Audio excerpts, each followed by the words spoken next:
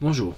Alors cette présentation a pour but de présenter, ouais, je me répète, le travail qui a été effectué le vendredi 21 janvier, l'après-midi. Ça s'adresse surtout aux élèves qui étaient absents ce vendredi. Alors j'imagine que vous avez déjà pu lire l'énoncé que j'ai envoyé. On va le résumer rapidement. On a deux coureurs cyclistes, Léo et Vivien, qui donc ont un objectif, parcourir 1500 km pendant une période d'entraînement de 20 semaines. Et ils ont chacun leur protocole. La première semaine, Léo fait 40 km, Vivien en fait 30. Mais par contre, Léo prévoit d'augmenter chaque semaine son parcours de 5 km. Et donc ça pendant 20 semaines. Tandis que Vivien, lui, qui part d'un peu plus bas, décide d'augmenter chaque semaine la distance qu'il parcourt de 10%. Voilà, donc c'est assez simple à comprendre.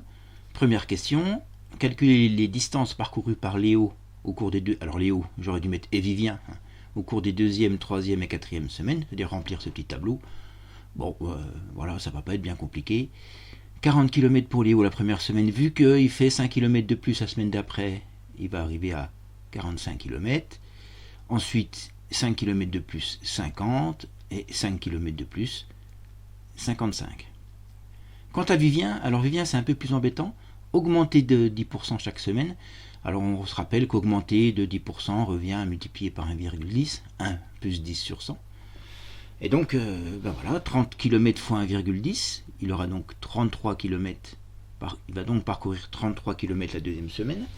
Je prends ma calculatrice. 33 fois 1,10. Attendez, j'arrive. 36,3. Donc j'imagine que les calculs, vous avez dû les faire. Hein. 36,3 km. Et 36,3 fois 1,10. 39,93. Alors 39,93, on voit tout de suite que, bon, par rapport aux problèmes concrets qu'on se pose, bon, on pourrait l'arrondir à 40. Vous voyez. Bien. Donc voilà les premiers calculs qu'il fallait faire. Alors ensuite, on va essayer d'automatiser ces calculs sur une feuille de calcul. Donc il y a 20 semaines à faire. Donc j'aurais pu continuer mon tableau précédent jusqu'à 20, ça prend un peu de temps. Donc on va faire une feuille de calcul. Alors, qu'est-ce qu'on vous demande? En fait, la formule à rentrer ici et la formule à rentrer ici. Alors je pense que le mieux qu'on a à faire, c'est de le mettre en place sur le tableur. C'est ce qui était demandé d'ailleurs aux élèves qui ont été sur poste. Alors allons-y. Il faut que je retrouve le procédé. Voilà. Et donc, c'est pas ça qu'il me faut, c'est ça. Voilà, donc, alors, j'ai déjà fait. Hein. Alors, j'ai un petit souci. Voilà, et ben justement, ça c'est bien parce que je me suis trompé. Hop, qu'est-ce que je vais mettre comme formule? Égale B2 plus 5. Contenu de la cellule B2, c'est 40. Égale B2 plus 5, donc je vais obtenir 45, bien sûr. Et en tirant vers le bas, voilà, hop.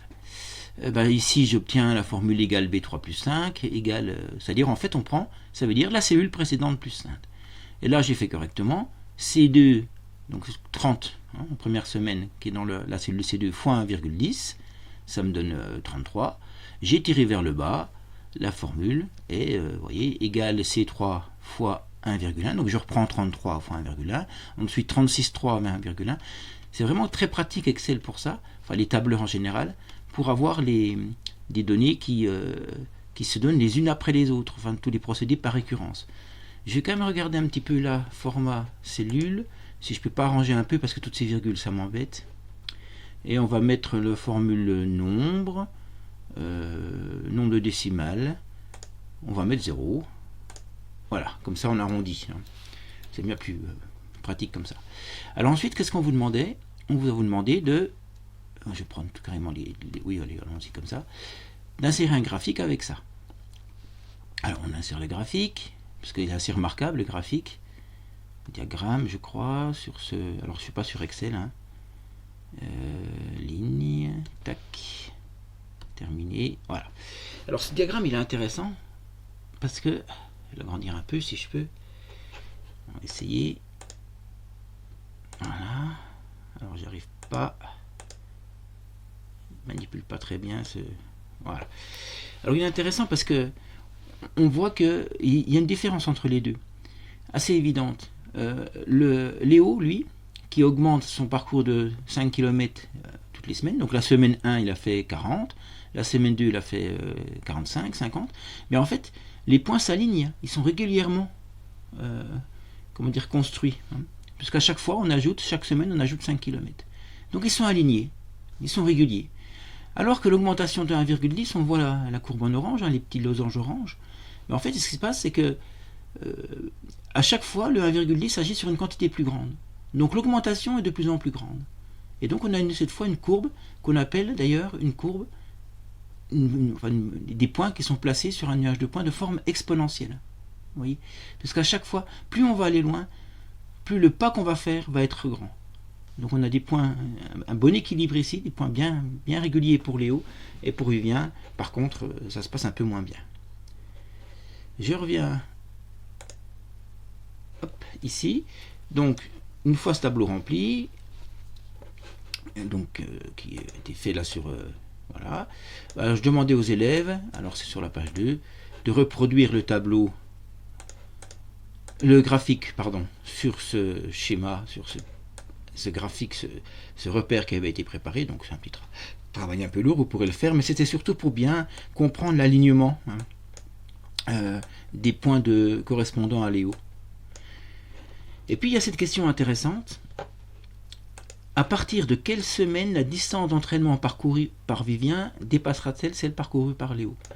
Alors là, hop, on va revenir ici et on s'aperçoit que, eh bien, même si Léo commence avec 40 km et Vivien avec 30, au bout d'un moment, Léo, qui donc au début, alors regardez, on compare 40-30, 45-33, Léo est toujours au-dessus de Vivien, 50-36, Léo toujours au-dessus de Vivien, et au bout de, je crois, la 15e semaine, vous voyez ici, alors même là, moi je tombe sur 14, 105, 104, alors 105, 104, vous voyez, la 13e semaine, Léo est encore au-dessus de Vivien, et ça bascule, 110, 114 à partir de la 14e semaine. Et la 15e, 115, 125, cette fois, il l'a définitivement dépassé. Alors 14e semaine ici, voilà. On est là. Alors oui, je sais pourquoi. J'ai fait une petite bêtise. Dans mon tableau, j'ai commencé à 0, j'aurais dû commencer à 1. Alors ça change pas grand-chose, mais voilà, si quand même, je vais le faire comme ça, puisque c'était la semaine 1, on commençait à la semaine 1. Donc en fait, en théorie, on doit plutôt trouver la 15e semaine. Voilà, cette fois c'est bon. C'est bien la 15e semaine où Vivien va dépasser pour la première fois Léo, et puis après, il le dépasse définitivement. Donc voilà, alors oui, c'était pas semaine 0, c'était semaine 1, Léo 40. Il n'y avait pas, dans ce problème concret, il n'y a pas de sens à donner une semaine 0, même si ça reste une possibilité. Donc voilà. Alors, ensuite, j'ai proposé aux élèves de faire un petit programme. Et donc, pour essayer justement, on va voir ce qu'il donne, ce programme qui est écrit là, et surtout de l'interpréter. Et l'interpréter, c'est pour essayer de comprendre un peu comment ça se passe. Vous voyez, ce qu'on lit ici, U égale 40, ne doit pas être lu U égale 40, mais U prend la valeur 40. Je rappelle qu'en programmation, l'idée c'est que dans la mémoire de l'ordinateur, on va réserver une zone dont le nom va être U, dont l'étiquette va être U si vous voulez, dans laquelle on va mettre 40. U prend la valeur 40. Le contenu de la mémoire U prend la valeur 40. V prend la valeur 30. Voilà, on demandait de traduire, donc j'écris pas très bien, mais on va essayer de le faire. V prend la valeur 30, N prend la valeur 1, donc on a voilà, une zone mémoire qui va stocker la valeur de N. Ici, alors, les élèves en cours ont eu du mal à me traduire le mot while, mais en anglais, while, ça veut dire tant que. Tant que U est plus grand ou égal à V. Alors, ça veut dire quoi? Concrètement, ça veut dire tant que... Alors, oui, parce qu'il faut qu'on en parle. Qu'est-ce que je vais stocker dans la variable U?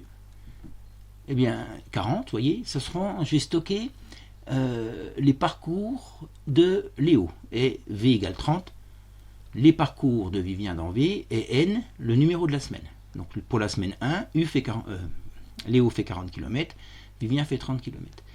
Alors il faut savoir que cette histoire d'étiquetage de valeur, vous voyez, hop, je vais prendre ici, je remets mon U. Donc voilà, on met 40 dans U. Et quand on va rencontrer des choses comme ça, U prend la valeur U plus 5, ça veut dire en programmation de remplacer le contenu de U par U plus 5. Or, il y a 40, donc U prend la valeur 40, je lui ajoute 5, ça devient 45, et en fait ce qui se passe c'est que, vous voyez, 40 est écrasé, et à la place, on met 45. Donc cette fois dans U, il y a 45. C'est le principe des variables en informatique, c'est que elles contiennent une donnée, ici U, hein, le kilométrage parcouru par Léo chaque semaine, et à chaque fois ça écrase le contenu précédent. Donc en fait il disparaît d'ailleurs, hein, mais dans ce programme-là il ne nous intéresse pas particulièrement. V prend la valeur V fois 1,10, ok. N prend la valeur N plus 1, N prend la valeur N plus 1, donc tout ça c'est pas mal. Et print, alors print ça veut dire afficher, hein, afficher la valeur de N. Alors qu'est-ce qui fait ce programme? On va regarder. Donc au début les variables U, V, N contiennent 40, 31. Tour 1, donc ce tour 1 c'est le tour de boucle, hein. Là, tant que U est supérieur ou égal à V, il faut qu'on fasse ça. 40 est bien plus grand que 30, donc on rentre dans la boucle. Qu'est-ce qu'on fait? U prend la valeur U plus 5, V prend la valeur 1 fois 1,10, N prend la valeur N plus 1. Voilà, on en est là. On revient au niveau de la boucle. Est-ce que 45 est plus grand que 33? Donc est-ce que U est supérieur ou égal à V? Oui, encore. On doit faire ça tant que la valeur de U est supérieure à la valeur de V. Donc c'est le cas. Donc on continue. U prend la valeur U plus 5, j'ai 50. V prend la valeur V plus 1,10, je crois que c'était 36,3. Et N prend la valeur N plus 1, il y avait 2, maintenant j'ai 3. Alors qu'est-ce que fait ce programme en fait? Il va tourner tant que U est plus grand que V. Donc il va trouver le N, donc hein, là, il affiche N. Hein, il va nous afficher la première semaine à partir de laquelle, je vais essayer d'écrire pas trop mal, à partir de laquelle Léo parcourt. Alors c'est Vivien, pardon, qui dépasse. Hein. Oui, Vivien parcourt plus de kilomètres. Alors pas au total, hein, c'est la semaine où il va dépasser plus de kilomètres que Léo. Voilà, alors c'est... Voilà, quel est le but de ce programme? C'est ça, hein, terminer cette première semaine à partir de laquelle Vivien parcourt plus de kilomètres que Léo. Alors on va le regarder simplement fonctionner. Hein. Le voilà, le programme. Et donc quand je le lance, qu'est-ce qui s'affiche? Alors c'est ici en bas, 15. Hein. Donc on n'a pas de problème. Alors on pourrait voir, si vous voulez, ce qu'on va faire. Print N, virgule U, virgule V. Donc je mets le print dans la boucle, ce qui fait qu'il va se faire à chaque tour de boucle. Hein. C'est pour que vous voyez un peu ce que ça donne. Alors il veut pas, il me fait une erreur. Alors je sais pas quoi. C'est peut-être ceci, je réessaie. Alors il veut pas. Donc on va faire autrement. Print N, print U et print V.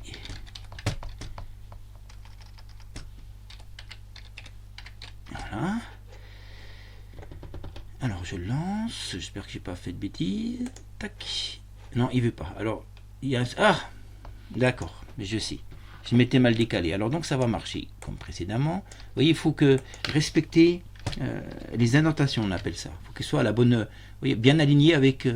tout ce qui fait dans la boucle doit être aligné avec U, V, N et donc le print. Voilà. Donc j'aurais dû regarder mon erreur. Elle était assez évidente. Et donc voilà. Hein. Donc 2, 45, 33. Donc semaine 2, 45 km pour l'un, 33 pour l'autre, etc. Et voilà, on a tous les calculs qui se font, et puis donc ça s'arrête à la 15e semaine, puisque là, cette 15e semaine, Vivien a dépassé Léo. Voilà le principe, c'est pas très compliqué. Hein. Donc, qu'est-ce qu'on vous demandait? D'éditer le programme et de le faire. Donc, les élèves l'ont fait sur trinket.io, si vous pouvez le faire chez vous.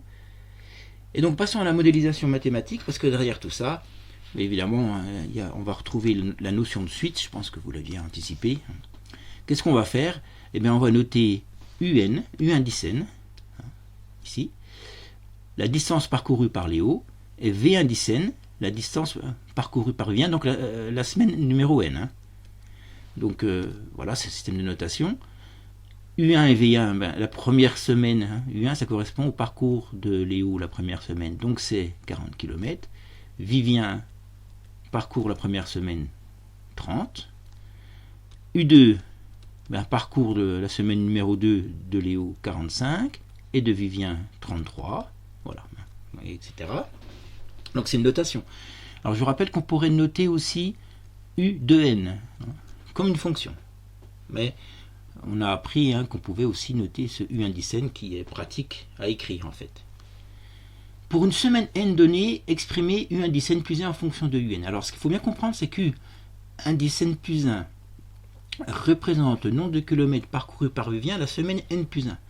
Et par rapport à la semaine n, qui est la semaine précédente, eh bien on a ajouté 5 km. Donc il faut bien avoir compris que U indice n plus 1 et UN, ce sont des parcours d'une semaine sur l'autre. La semaine qui suit U indice n, c'est U indice n plus 1. Et même chose, la semaine de rang n plus 1, la semaine numéro n plus 1, donc V indice n plus 1 représente le parcours de Vivien, donc par exemple, je sais pas moi, 37,8 km. Et donc c'est le parcours fait la semaine précédente, auquel on a multiplié 1,10. Donc voilà, ça il faut essayer de se remettre en tête ces notations. Et puis dernier point, le bilan. Vous allez voir qu'il va être assez simple à faire, le bilan. Donc je reprends la main comme ça, voilà le bilan. Alors en fait, cette première suite où on part de 40 et on ajoute 5, on ajoute 5 à chaque étape, hein. On ajoute 5. Le fait qu'on ajoute 5 pour passer d'un terme à son suivant, hein, on obtient tous les termes en ajoutant 5 à chaque étape, et bien on dit, le vocabulaire qu'il faudra bien sûr apprendre, on dit qu'on a affaire à une suite arithmétique, parce qu'on ajoute toujours la même quantité, et la quantité qu'on ajoute tout le temps, elle s'appelle ici la raison. Et par contre la deuxième suite, où cette fois on multiplie à chaque étape par 1,10. Voilà, toujours le même processus, on multiplie par 1,10. À chaque étape, on va dire que c'est une suite géométrique, et même chose de raison 1,10. Donc quand on ajoute toujours le même terme, on parle de suite arithmétique, et quand on multiplie, on parle de suite géométrique. Alors une petite chose qui est remarquable, c'est que pour les suites arithmétiques, eh bien, les points vont être alignés, parce qu'on ajoute toujours la même chose. Alors je cherche, voilà ici, vous voyez ici, les points sont alignés, parce qu'on ajoute toujours la même quantité. Et par contre, l'autre, on multiplie par une certaine quantité, ce qui fait que, eh bien, si elle est croissante, hein, à chaque pas, on va faire un pas à chaque fois un peu plus grand, parce que le fois 1,10, l'augmentation de 10%, s'applique sur des quantités qui sont de plus en plus grandes. Et d'où cette forme particulière de courbe, qui va monter de plus en plus, et qu'on appelle courbe exponentielle. Pour résumer, le mot courbe exponentielle n'est pas tout à fait, on va dire, nuage de points de croissance exponentielle. Voilà, comme ça qu'il faudrait lire les choses. Voilà, cette présentation est terminée.